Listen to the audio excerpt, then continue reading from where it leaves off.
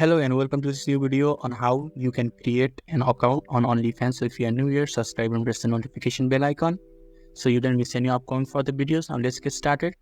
So firstly, you need to open the web browser of your choice, and when you have opened the web browser, in the top there is a search bar. Just click on the search bar and type OnlyFans, and when you have typed it, you just have to press enter in your keyboard and this search result is shown, and the first web search result is OnlyFans. You just have to click on the OnlyFans and this interface is shown to you.